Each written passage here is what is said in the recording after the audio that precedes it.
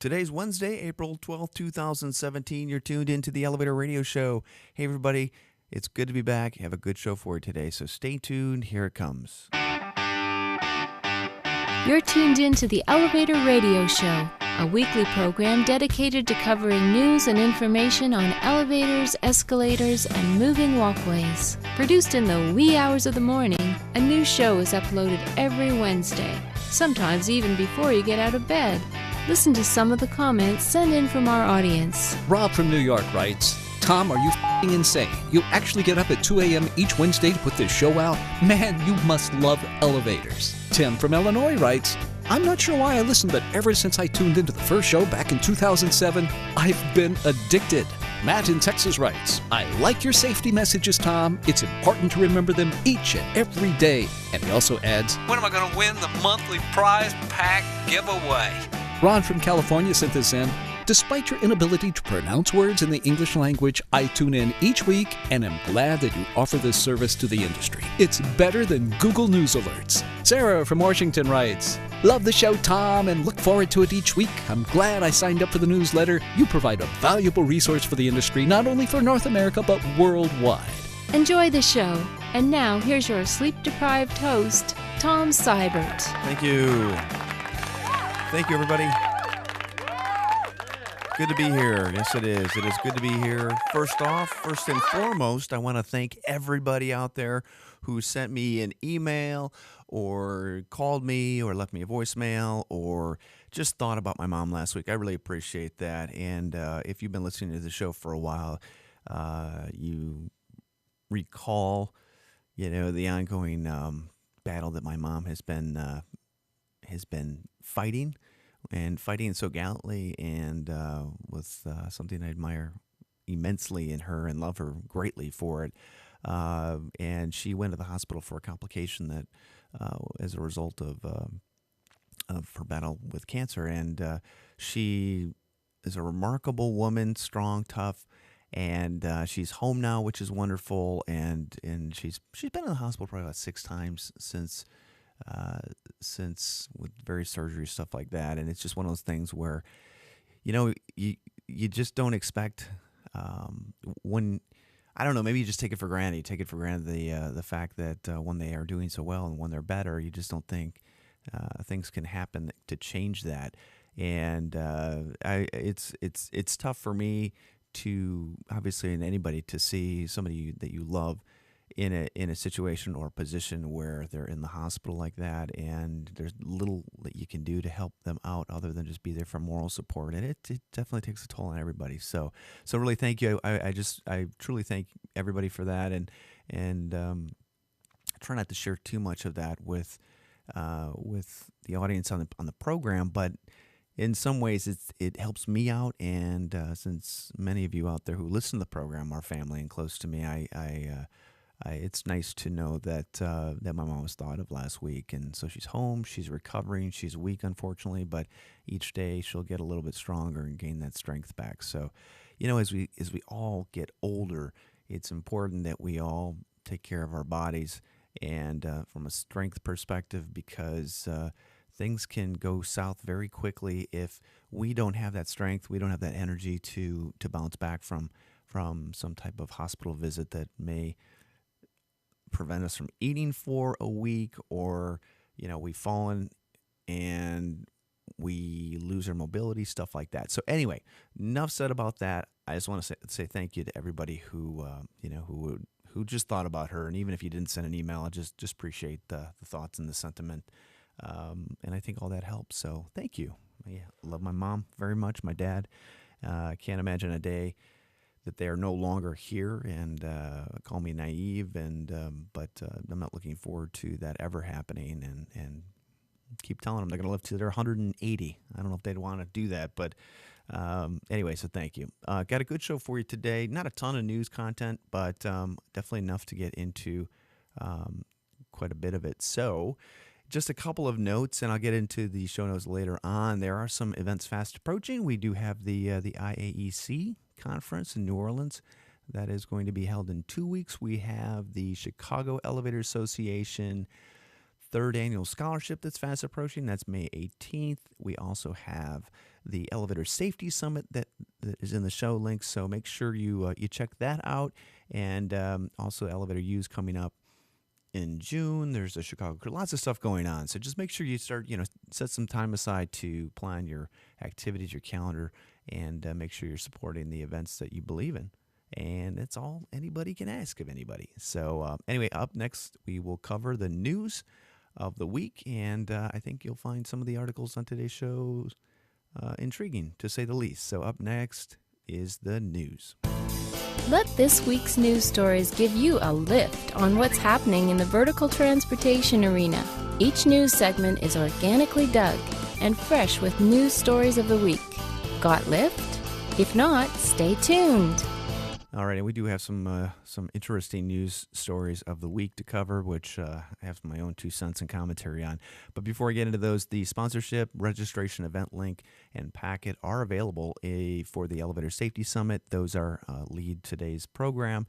Encourage you to sponsor that, to register, get your room reserved, all that sooner than later. It just makes planning a lot easier, and that goes for any event that you probably, like me, end up signing up last minute for, and so just make sure that you're trying to plan ahead. It really helps out those that are trying to put together a top rated event like this. So get that in if you haven't already done so. Packet links are in the show notes, and again, that's end of May.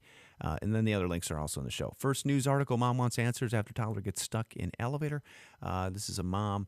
This is an incident that occurred in a mall, and this is some it's a pretty interesting perspective on her basically being upset because her child got away from her and basically got stuck inside, or stalled in an elevator, as some like to call it. And she was upset because the doors were slightly opened, and security personnel at the mall were not trained to remove a person. And hey, Mom, the reason for that is to make sure that fatalities and deaths do not occur. So the answer to your question, you can call me anytime. Call me at work, 708-867-4002. I'd be happy to explain that safest place for anyone inside in an elevator when it has stopped moving, the doors don't open, is to stay inside the elevator. So your little boy was as safe as could be, as much as he screamed, and as difficult it was to hear him do so. It truly was the best place for him. I know the anguish was not so great. Took 40 minutes for rescue personnel and a technician to help get him out. Not quite sure exactly what happened and why that stopped, but maybe something got pressed. I don't know. But the mall's response is that the biggest concern is safety and security. So it's a terrifying experience. But I got to tell you, the last thing you need is a security personnel guard, who's making whatever, not minimum wage. I don't want to say it like that, because I know some of them make money. It's a tough job. They work long hours, et cetera, et cetera. But reality is that there have been a few, more than a few fatalities, or more than a handful, I guess I should say. I'm not going to put a number on it, but because I don't know that number, but fatalities from Good Samaritans who have tried to extract or get people out of elevators that have stalled in between landings, and they've fallen down into the opening underneath the elevator and have passed away and died, fallen to their death. So again, Mom, here's your answer. The safest place for the little child, your child, was where he was at, as difficult as it may have been to listen to him scream. And I'm sure it was very difficult, but there's your answer. Okay. The ups and downs of elevator ownership. The IndianapolisMonthly.com has an article talking about the increasing popularity of residential elevators, and not only the can type systems that you stock, lock, and barrel, where you get them designed, pop them in, new installations or whatnot, but there are higher end customers who are looking for elevators in their homes that are much more elegant and have features that are very customized, and I'm lucky to be involved in a few projects like that. It is interesting to see the sky is the limit when it comes to a client wanted an elevator that they want a certain feature on. I got to tell you, money is not an object, and I always throw the number back, because it amuses me that when you get a client who says that, I'll pay anything for it, and you throw $1 billion out there at them, and they say, well, maybe I won't pay $1 billion. But it's more of a a reality check for somebody who thinks they have so much money that they can buy anything they want, So what's it going to cost to get a gold-plated blah blah blah widget? It is basically, well, if you have $5 billion, that might be something that might make that happen, and it really is never. I never get a chuckle out of them on that, but still, it kind of sets them a little bit back when they start thinking about how much something could cost or whatever. So anyway, interesting. Next news article. The importance of elevators in universal housing. Obviously, elevators are important everywhere there are vertical stories and those with impairments that may require increased accessibility. But the reality is that I love all these pop-up things. Reality is that in some of the urban housing environments or buildings, like the case was in Chicago and the Chicago Housing Authority, the tenants there could not break their elevators fast enough. So not saying this is a tenant issue, but it's important everywhere you look. Elevators are, and they truly are for those that require accessibility and that cannot navigate stairs with a wheelchair, et cetera, et cetera. So yeah, they're important everywhere in the public, and that's just they're considered common carriers, and because of that, I think we all do a pretty good job at making sure they're running, well. And sometimes in some situations, equipment is very old. Equipment, repair parts are difficult to get. It's difficult to find people to work on it that know what they're doing. It's difficult to get paid for some of these jobs as well, or have building owners want to pay, or have budgets to make the upgrades that are needed to make the equipment run as quickly as possible. So yeah, and again, here's another article kind of linking to the accessibility rights, and this comes from the San Francisco Gate News article. Rights groups sue BART over filthy elevators, broken escalators, and so I'm gonna let everybody watch this video on their own because I'll probably get flagged for copyright infringement. But again, here's a news article where the interviewer is trying to pull information out of this group who simply just wants the equipment to be as reliable as possible.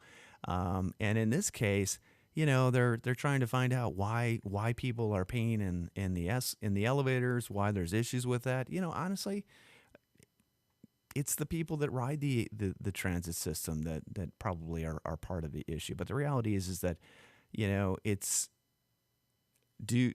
I don't think anybody wants accessibility limited in a transit system, in a city, in a building, and honestly, I don't.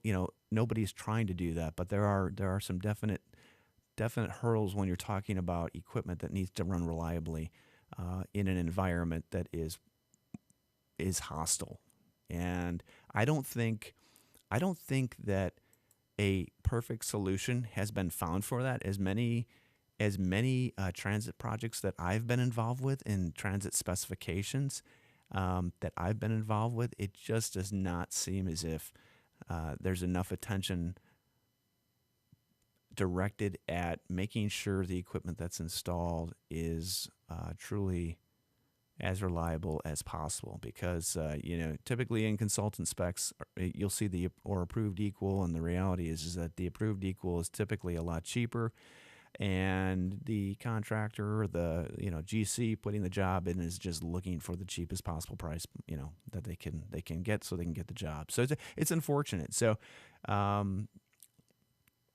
it'll be interesting to see what occurs with this, and I do get involved in some of the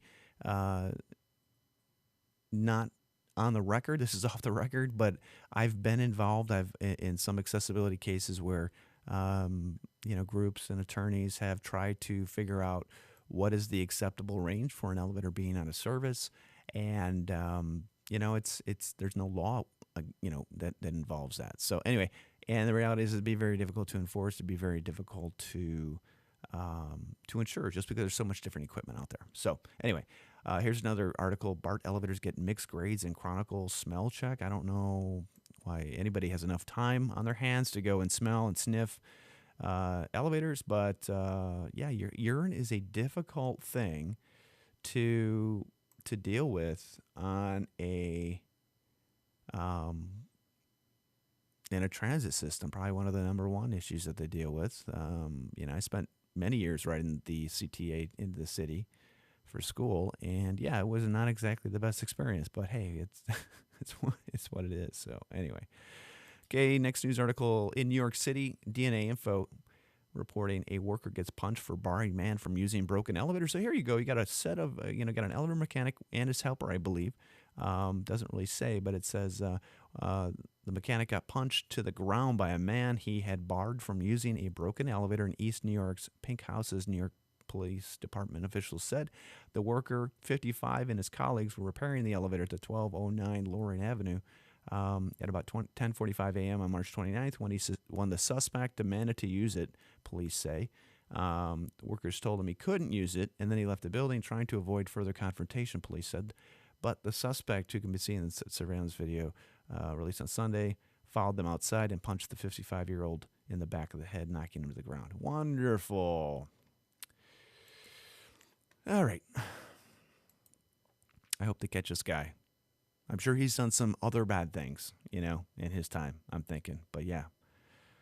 Yeah, great. Anyway, here's a really scary accident that occurred in... Where did it happen? I'm not sure if this is China or Singapore or somewhere else. Anyway, the Standard reporting a grandma was hurt as well as her 7-month-old grandson after she was holding her grandson on the escalator, lost her balance, and then fell and obviously dropped her grandson. Terrifying.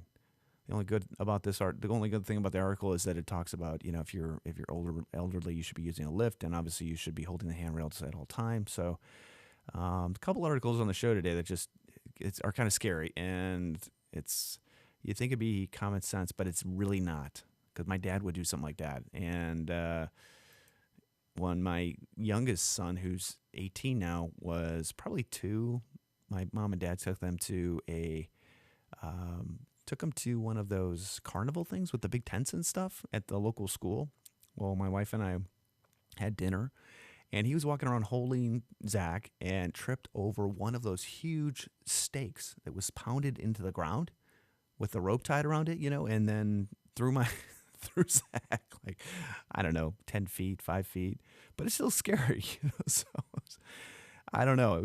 He was okay, everybody's okay, but still a little scary. So, okay, next news article.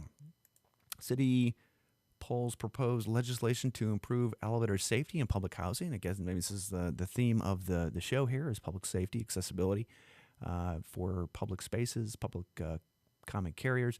DNA Info reporting that the Bronx, a pair of councilmen have proposed legislation meant to improve elevator safety at New York City's public housing in response to the death of an 84-year-old man. Okay, I'm all for legislation, but as you read through some of these things, it seems like some of these should already be, happening. So they're requiring the NYCHA and all other building owners to annually maintain elevator brake monitors and elevator monitoring systems, require that the New York NYPD and FDNY to promptly notify NYCHA about any fatalities or injuries that occur on NYCHA property. Doesn't that already happen? The fatalities, definitely. And then also require the Department of Buildings to submit a report on feasibilities of installing brake monitors and remote elevator monitoring systems for elevators in all of the city's residential buildings. It's probably not that difficult to do. So anyway, yeah, more information is in depth in the article. I didn't read the whole thing, but just I think elevator safety is definitely important. Hopefully, the act has a little bit more in it than that goes a little bit farther. Okay, next news article: why you shouldn't walk on escalators. This is kind of a stupid article. New York Times reporting, talking about the fact that you're really not saving a whole lot if you walk up an escalator, and if you just stand, it's better. I mean, the reality is that you'll be safer. You will not. The reality of you falling is much less if you are not trying to walk up the escalator and just holding the side rail. I didn't realize it was that big of an issue. of people walking left and standing right. But I do see that on the moving walkways, like at O'Hare. But other than that, I didn't think this was a big issue. But and I didn't really think that it resulted or it led to the increase of escalator accidents. But I'm really not sure. Next news article, bracing for lean times. This is an article just talking about companies, subcontractors using liens on buildings to get paid. And, honestly, if that's the only way you get paid, I do not see any problem with it. It's not easy in today's market to, in some cases, to be down on the totem pole and not get paid for a project when you are, obviously a building owner or whatnot. This is realdeal.com. I don't know how the liens could be. I can see how liens can be abused if they are not removed once, obviously, payment has been received. But anyway, yeah. But if that's the only arsenal you've got, honestly, it sure beats taking somebody to court, because at the end of the day, court is expensive, and only the attorneys make out on things like this. Okay, next.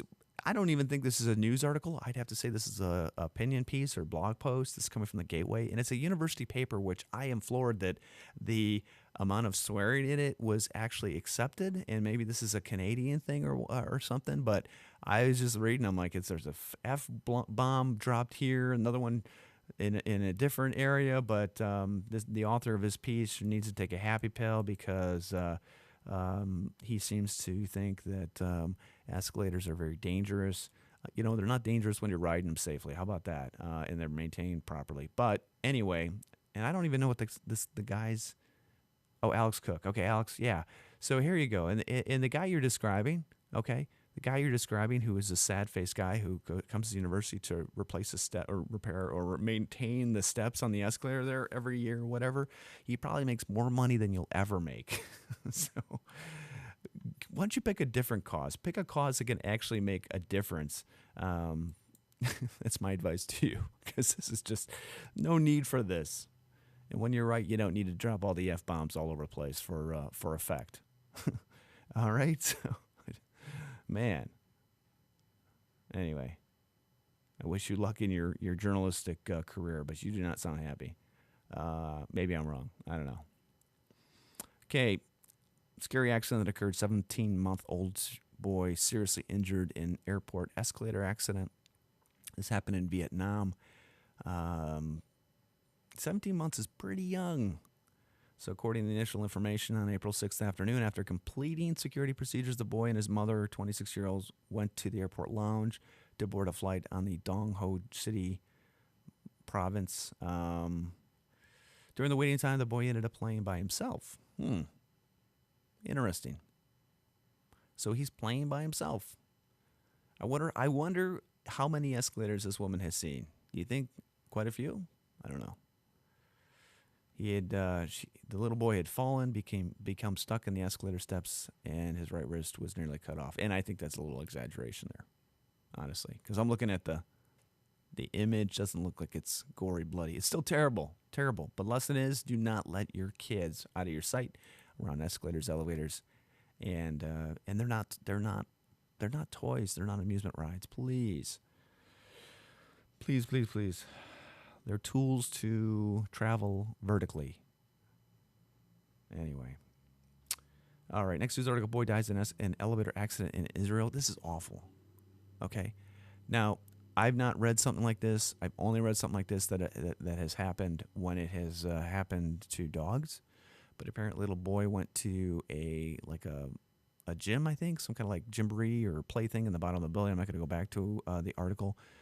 But he had a rope around his neck as he entered the elevator. It was like left over from something. He didn't realize it. And when he got in, the elevator moved. The rope was stuck on the outside, and you can envision the rest. It sounds awful. I mean, I can only say this is a freak accident, but after watching some YouTube videos of vacuum cleaners getting caught, in the elevator as somebody's vacuuming, and then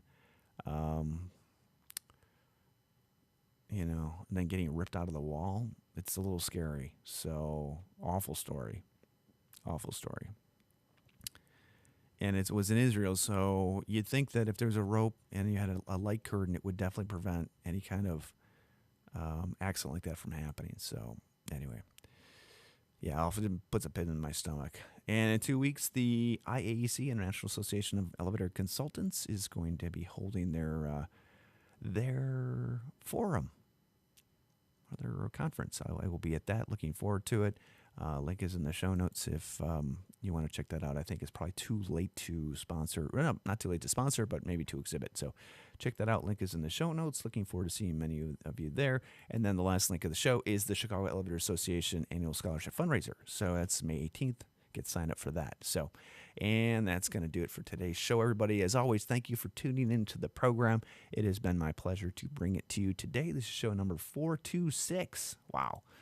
Is it 426? I swear, I feel like we've just done 426. What is it?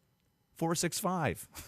That's what we did. Like 465 is what it is, and it is April 12th, 2017. Remember, be safe out there and spread the word as best you can on how to make other people safe. So, all right, everybody, take care. We'll be back next Wednesday with another show, and I'm looking forward to it. Take care. Bye-bye.